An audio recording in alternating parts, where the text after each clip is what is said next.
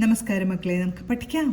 ഇന്ന് നമ്മൾ കഴിഞ്ഞ ക്ലാസ്സിൽ പഠിച്ച ടവർഗത്തിലെ 4ാമത്തെ അക്ഷരമായ ഢ വരുന്ന കുറച്ച് വാചകങ്ങൾ പഠിക്കാം. ആദ്യം എഴുതുന്ന വാചകം മൂഢ പ്രവൃത്തി അരുത് എന്നാണ്. ബുദ്ധി വേണ്ടത്ര പ്രയോഗിക്കാൻ സാധിക്കാത്ത വ്യക്തികളെയാണ് മൂഢൻ എന്ന് പറയുന്നത്. മൂഢ പ്രവൃത്തി അരുത് എന്ന് പറഞ്ഞാൽ ആലോചിക്കാതെ, ചിന്തിക്കാതെ, ശ്രദ്ധിക്കാതെ പ്രവർത്തിക്കരുത് എന്നാണ് കേട്ടോ ഉദ്ദേശിക്കുന്നത്. മൂഢ പ്രവൃത്തി അരുത് എന്നാണ് കേട്ടോ എഴുതുന്നത്. മൂഢ മാ എഴുതി ഊ എന്ന ചിഹ്നം ചേർത്തു. മൂഢ മൂഢ പ്രവൃത്തി വായുടെ കൂടെ റ് എന്ന ചിഹ്നം വരച്ചു. മൂഢ പ്രവൃത്തി താ ഉറപ്പിച്ചു വച്ചിരിക്കുന്നുണ്ട്. തായുടെ കൂട്ടക്ഷരം എഴുതി ഇടചിഹ്നവും ചേർത്തു. പ്രവൃത്തി, മൂഢ പ്രവൃത്തി അരുത്. ആ രു രാ എഴുതി ഊടചിഹ്നം ചേർത്തു. അരുത് താ എഴുതി ചന്ദ്രക്കല വരച്ചു. മൂഢ പ്രവൃത്തി അരുത്. മൂഢ പ്രവൃത്തി അരുത്. അടുത്ത് നമുക്ക് പ്രൗഢിയോടെ കല്യാണം നടത്തി എന്നെഴുതാം. പ്രൗഢിയോടെ എന്ന് പറയുമ്പോൾ ആർഭാടപൂർവം എന്നാണ് കേട്ടോ അർത്ഥം. പ്രൗഢിയോടെ പ്രായാണ് ആദ്യം എഴുതേണ്ടത്. പ്രാ വരച്ച് ഔവിൻ്റെ ചിഹ്നം ചേർത്തു. പ്രൗഢി ഢ എഴുതി ഇടച്ചിഹ്നം വരച്ചു. പ്രൗഢി യോടെ എന്നാണ് കേട്ടോ എഴുതുന്നത്. യോടെ യായുടെ കൂടെ ഓ എന്ന ശബ്ദമാണ് കേൾക്കുന്നത്. ഓ എന്ന ചിഹ്നം ചേർത്ത് യാ വരച്ചു. പ്രൗഢിയോട്ടെ ഏടെ ചിഹ്നം വരച്ച് ടാ വരച്ചു. പ്രൗഢിയോട്ടെ കല്യാണം ലായുടെ കൂടെ യായുടെ ശബ്ദമല്ലേ കേൾക്കുന്നത്. അപ്പോൾ യായുടെ ഈ ഒരു ചിഹ്നം വരച്ചു. ല്യാ വരച്ച് ആൻ്റെ ചിഹ്നവും വരച്ചു. ഇപ്പോഴാണ് ല്യാ എന്ന് നീട്ടി ഉച്ചരിക്കാൻ പറ്റുക. കല്യാണം ന എഴുതി അമ്മിൻ്റെ ചിഹ്നം. കല്യാണം നടത്തി തായുടെ കൂട്ടക്ഷരം എഴുതി ഇടചിഹ്നവും ചേർത്ത്. പ്രൗഢിയോടെ കല്യാണം നടത്തി.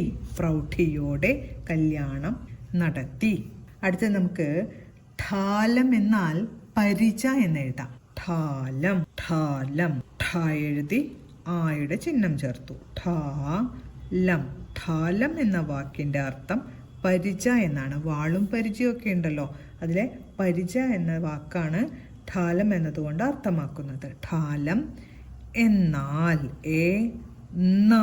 നായുടെ കൂട്ടക്ഷരം എഴുതി ആന്റെ ചിഹ്നം ചേർത്തു. എന്നാൽ പരിച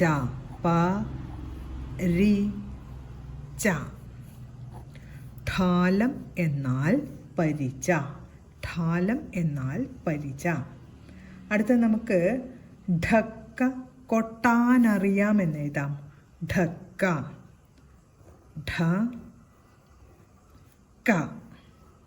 കായുടെ കൂട്ടക്ഷരം വേണം. ഢക്ക കൊട്ടാനറിയാം. ഒരു കൊട്ടുന്ന ഇൻസ്ട്രുമെൻ്റ് ആണ് കേട്ടോ ഢക്ക. ഢക്ക കൊട്ടാ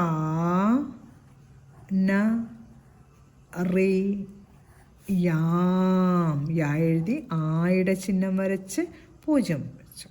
യാം ഢക്ക കൊട്ടാനറിയാം. അടുത്തത് നമുക്ക് ഢകാരം എഴുതാൻ പഠിച്ചു എന്ന് എഴുതാം. ഢകാരം എന്ന് പറയുമ്പോൾ ഠ എന്ന അക്ഷരം തന്നെയാണ് കേട്ടോ അർത്ഥം. ഢകാരം എഴുതാൻ താ എഴുതി ആൻ്റെ ചിഹ്നം എഴുതാൻ എന്ന് എഴുതി. ഢകാരം എഴുതാൻ പഠിച്ചു.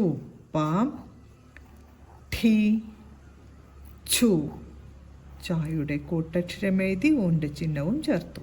പഠിച്ചു. ഢകാരം എഴുതാൻ പഠിച്ചു. അടുത്ത് നമുക്ക് ഡാൻസിന് പ്രൗഢിയുള്ള വേഷം ഉടുത്തു എന്നെഴുതാം. ഡാൻസിന് ഡാ എഴുതി ആൻ്റെ ചിഹ്നം. ഇത് ഡായാണ് ടവർഗത്തിലെ 3ാമത്തെ അക്ഷരം. ഡാൻസിന് താഴെ എഴുതിയുടെ ചിഹ്നം ഡാൻസിന് പ്രൗഢിയുള്ള പ്ര വരച്ച് ഔവിൻ്റെ ചിഹ്നം പ്രൗഢി എഴുതി ഇടച്ചിഹ്നം പ്രൗഢിയുള്ള ള്ള ഉറപ്പിച്ചു വച്ചിരിക്കുന്നുണ്ട്. ളയുടെ കൂട്ടക്ഷരം എഴുതണം. പ്രൗഢിയുള്ള വേഷം വേഷം എഴുതി അമ്മിൻ്റെ ചിഹ്നം വേഷം ഉടുത്തു എന്ന് എഴുതാം.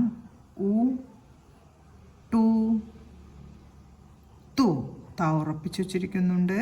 തായുടെ കൂട്ടക്ഷരം എഴുതി ഊൻ്റെ ചിഹ്നവും ചേർത്തു. ഉടുത്തു. ഡാൻസിന് പ്രൗഢിയുള്ള വേഷം ഉടുത്തു. ഇന്ന് നമ്മൾ ട വർഗത്തിലെ 4ാമത്തെ അക്ഷരമായ ഠ വരുന്ന കുറച്ച് വാചകങ്ങളാണ് പരിശീലിച്ചത്. ആദ്യത്തെ വാചകം മൂഢ പ്രവൃത്തി അരുത്. മൂഢ പ്രവൃത്തി അരുത്. അടുത്ത വാചകം പ്രൗഢിയോടെ കല്യാണം നടത്തി. പ്രൗഢിയോടെ കല്യാണം നടത്തി. അടുത്ത വാചകം ഠാലം എന്നാൽ പരിച.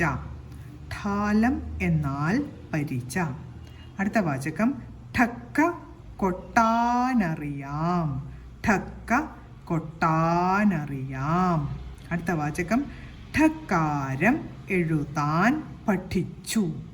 ഠക്കാരം എഴുതാൻ പഠിച്ചു. അടുത്ത വാചകം ഡാൻസിന് പ്രൗഢിയുള്ള വേഷം ഉടുത്തു. ഡാൻസിന് പ്രൗഢിയുള്ള വേഷം ഉടുത്തു.